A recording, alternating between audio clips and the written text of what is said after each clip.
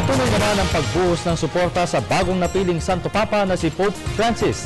Kabilang na dito ang mga kababayan niyang hindi makapaniwala na siya ang pipiliing leader ng simbahan. Ang detalye sa report ni Dennis Cortez.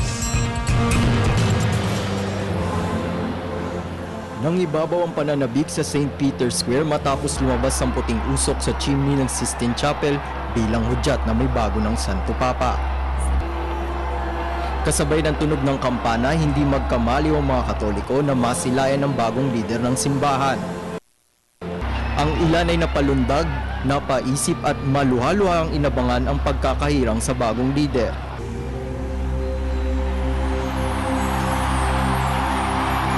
Paglabas ng balkonahe ni Argentinian Cardinal Jorge Bergoglio, tumatak sa kasaysayan ng simbahang Katoliko ang bagong Santo Papa na tinawag bilang Pope Francis.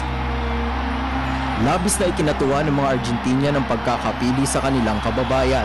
I think it's incredible to be living through this period with an Argentine Pope. I think that Bergoglio is a saint. Naniniwala rin si Argentinian Archbishop spokesperson Jose San Martin na si Bergoglio ang iniluklok ng banal na espiritu.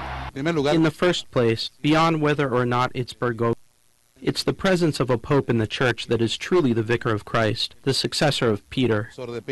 Paliwanag pa ni Catholic Bishop Leonardo Steiner ng Portugal, malaki ang may tutulong ng pagkakahirang ng non-European Pope bilang tanda ng pagbabago sa ebanghelyo ng simbahan. The choosing of a Latin American Pope shows that the Church is opening up and moving the Church as a whole, not only focusing on Europe.